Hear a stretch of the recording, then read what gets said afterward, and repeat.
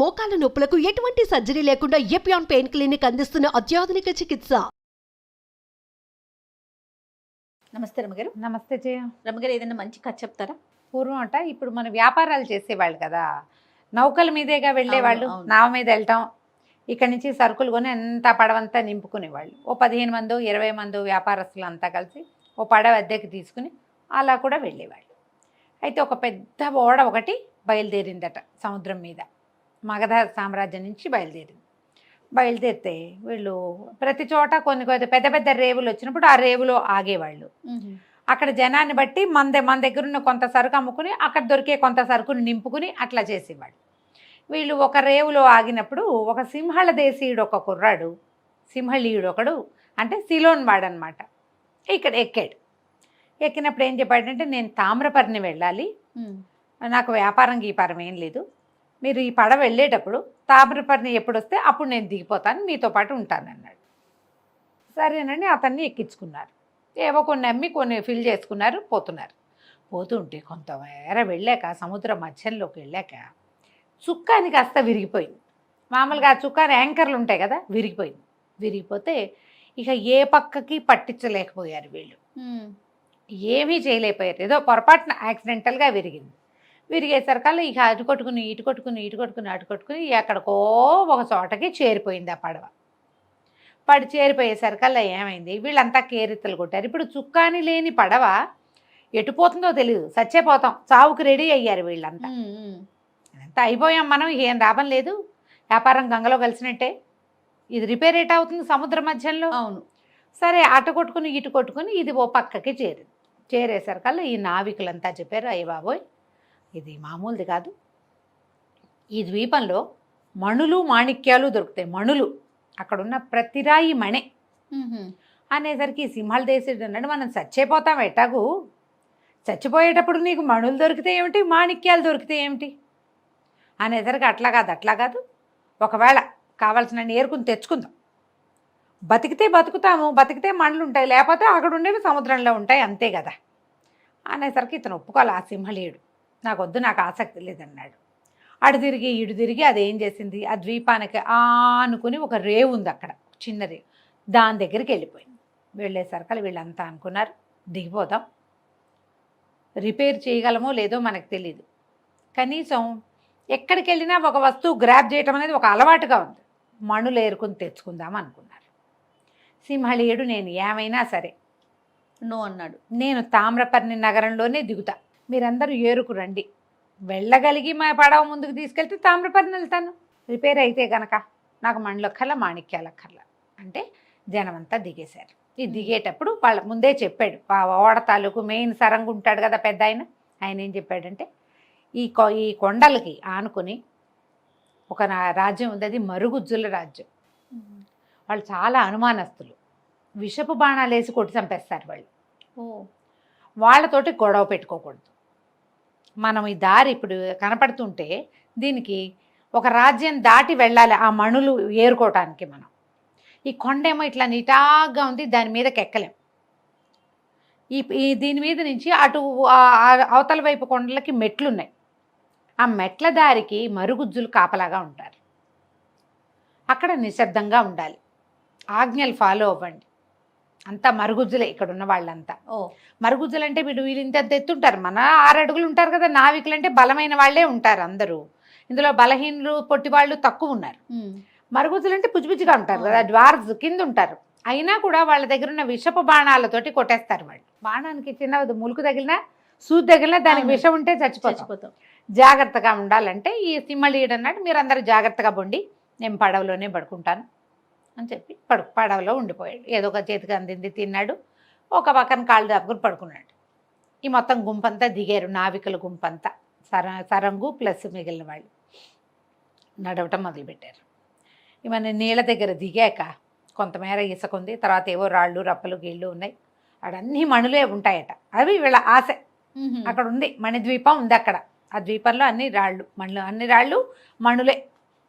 ఇక వెళ్తూ ఉంటే వీళ్ళు మెట్ల దారికి వెళ్ళారు. ఇదంతా దాటి ఇసుక పర్రలు చిన్న మిట్టా పల్లం అన్నీ దాటాక వీళ్ళు మెట్ల దారి పట్టేసరికి అక్కడ వీళ్ళకి మరుగుజ్జులు కనపడ్డారు. కనపడేసరికల్లా మరుగుజ్జుల కేకలు పెట్టారు, ఆగండి ఆగండి, ఎవరు మీరు, ఎందుకు వచ్చారంటే మా పడవ పాడైపోయింది, మరి దాన్ని రిపేర్ అవ్వలేదు, ఈ పక్కకి పట్టింది, అందుకని మేము వచ్చామన్నారు. అనేసరికల్లా సరే వీళ్ళు అన్నారు, మేము మా రాజుగారి దగ్గరికి తీసుకెళ్తాం, మరుగుజ్జులు. మరుగుజ్జులు మా రాజుగారి దగ్గర తీసుకెళ్తాం, రాజుగారు ఏం చెప్తే అది చేస్తాం, మీ అందరికీ కళ్ళకు గంతలు కడతామన్నారు. అంటే మీ పడవ ఎక్కడుంది అని అడిగితే ఫలానా చోట ఈ దారి మొదట్లో ఉంది అని చెప్పారు. వీళ్ళు కళ్ళకు గంతలు కట్టి వీళ్ళని తీసుకెళ్తుండగా మిగిలిన వాళ్ళంతా, ఇప్పుడు వీళ్ళేమో వాళ్ళంతా పొట్టివాళ్ళు కదా, ఈ గట్టంతా ఎక్కి చూస్తే వీళ్ళు పడవ ఎక్కడుందని చెప్పారో అక్కడ పడవ గత్త లేదు. ఓ, వీళ్ళు పడవ అక్కడే పెట్టొచ్చారు, దానికి చుక్కాని లేదు, నేలకేసి యాంకర్ గుచ్చి ఆపడానికి. అది వెళ్ళిపోయింది. అది అక్కడ పెడితే అది ఏమైంది, ఈ ద్వీపానికి చుట్టుగా, ఈ మణి ద్వీపానికి చుట్టూతా ప్రవాహం ఉంది. అది అలాగా గాలికే ప్రవాహంలో పడి, ఇప్పుడు నీరు కదులు, ప్రవాహం అంటే వెళ్తోంది, నీరు వెళ్తుంటే పడవ ఏమవుతుంది, చల్లగా తిరిగి వెళ్ళిపోతుంది. వీళ్ళు ఇదంతా నడిచే లోపల ఆ పడవ ఆ ప్రవాహపు వేగానికి అందులోకి వెళ్ళి, అది పెద్ద స్పీడ్గా లేదు, ఒక మాదిరిగా ఉంది, కానీ పడవ ఖాళీగా ఉంది, మనుషులు కూడా లేరు కదా అందులో, మనుషులు లేరు, దాని పక్కకి జరిపే నాదుడు లేడు, అందులో ఉన్నవాడు నిద్రపోతున్నాడు. అది ఓ పక్కకి ప్రవాహం వైపుకి జరిగిపోయి చల్లగా తిరిగి దానికి అవతలి వైపు నైరుతి వైపున ఒక రేవు ఉంది. ఆ రేవు దగ్గర ప్రవాహానికి ఒక అడ్డుకట్ట వేసి పెట్టారు. ఇది చల్లగా అటు తిరిగిపోయి వీళ్ళందరూ ఆ నడిచినంతసేపు అది నడిచింది. వీళ్ళకి మరుగుజ్జులు కనబడ్డప్పుడు అది రేవులో చేరింది. వీళ్ళు ఏం చెప్పారు, తాము ఏ దిక్కు నుంచి వచ్చారో ఆ దిక్కు చూపించారు. వీళ్ళు దాన్ని తూర్పు దిక్కున ఆపితే అది పోయి నైరుతిలో కూర్చుంది. పూర్తిగా ఒక రౌండ్ తిరిగిపోయింది కదా, ఒక మూల. ఇప్పుడు తూర్పు ఇటు ఉంటుంది, నైరుతి ఎటు ఉంటుంది, ఇటు ఎక్కడో ఉండాలి, ఇటు నుంచి తిరిగి అటు వెళ్ళి కూర్చుంది. వీళ్ళు తూర్పు కొండెక్కి చూసేసరికల్లా లేదు అక్కడ. లేకపోతే వీళ్ళు అబద్ధం చెప్తున్నారు అనుకున్నారు. వాళ్ళు అబద్ధం చెప్తున్నారని రాజుగారి దగ్గర తీసుకెళ్తే రాజుగారు ప్రశ్నించాడు, ఏమిటంటే మేము పడవ వేసుకొచ్చాం, పడవ తాలూకు యాంకర్ విరిగిపోయింది, మరి అటు ఇటు తిరిగి ఈ మణిద్వీపానికి పట్టింది పడవ తూర్పు వైపును పెట్టి మేము దిగాము అని చెప్పారు. వీళ్ళు చెప్పిందని అబద్ధాలు. నమ్మల. వాళ్ళు చూశారు పడ తూర్పున ఎక్కడా లేదు, వాళ్ళు నిజమే చెప్పారు, కానీ ఇప్పుడు అక్కడ కనపట్టాల. దాంతో వాళ్ళందరినీ అరెస్ట్ చేశారు, జైల్లో పడేశారు, తీసుకుపోయి. రోజున్నర అట్లా గడిచిపోయింది, 2 రోజులు కూడా గడిచింది. ఈ నిద్ర లేచిన సింహళ దేశీయుడు చూసుకున్నాడు, ఏమిటి వీళ్ళు ఎప్పటికీ రారు. తర్వాత ఇతను లేచి బయటకు వస్తే వాళ్ళు పడవాపి దిగిన చోట లేదు, ఇది పడవ ఇంకెక్కడికో పోయింది. ఇతనేమనుకున్నాడు, పడవ అలా నడుస్తూ ఉండి ఓ చోట ఆగితే అది రేవల్లే కనపడుతుంటే తామ్రపర్ణేమో అనుకున్నాడు.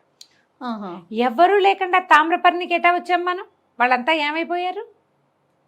పడవ రేవులో ఆగింది, ఇక్కడ ఒక రేవు ఉందని అతనికి తెలియదు. ముందు వీళ్ళు ఆగింది ఒక మేట, చిన్న ఊరికే ఏమంటారు సహజంగా ఏర్పడిన రేవు అది. ఇది ప్లాండ్ రేవుగా కనపడ, వాళ్ళు పెట్టుకుంటారు ఆ మరుగుజ్జులు. అక్కడ దిగి బయటకు వచ్చాడు, తామ్రపర్ణేనేమో అనుకున్నాడు, అందుకే ఇక్కడ ఆగింది. వీళ్ళంతా దిగెళ్ళారా, నేను అంత ఒళ్ళు తెలియలేదా నాకు నిద్రకి, ఏమిటో చూద్దామని దిగితే కొంతమంది పిల్లలు గోలికాయలు ఆడుకుంటున్నారు, మరుగుజ్జు పిల్లలు. ఇక చూసేసరికి రాక్షసుడు అని కేకలు పెట్టారు.